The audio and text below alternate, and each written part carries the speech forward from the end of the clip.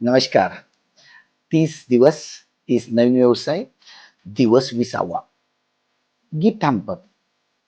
तुम्हाला माहिती आहे, हे गिफ्ट हॅम्पर आहेत ना, हा जो विषय आहे ना, एवढा गोड आहे, एवढा सुंदर आहे ना.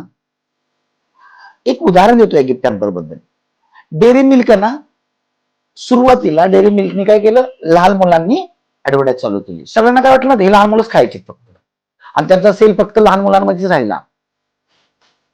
नंतर त्यांना कळालं, मला सगळाच वर्ग कव्हर करायचा आहे.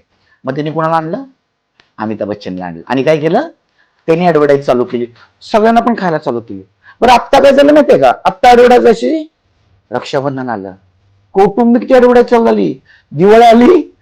अरे त्यांनी कन्वर्ट कशात केलं, तुम्हाला मी सांगू. तुम्ही जर अशी एखादी गोष्ट केली ना, आता ना ह्या महिन्यापासून आपल्या सुसंस्कृत राज्यामध्ये संस्कृतीचं पालन करण्यासाठी प्रत्येक सण आता साजरा करायला सुरुवात झाली. हे साजरं करत असताना आपण अशी गोष्ट एक बनवायचा प्रयत्न केला.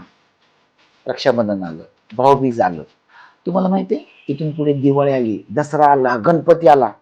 तुम्ही गिफ्ट हॅम्पर असं काय बनवायचा विचार केला की बहिणीने भाऊन एकमेकांना काय करू शकतात, एक्सचेंज करू शकतात.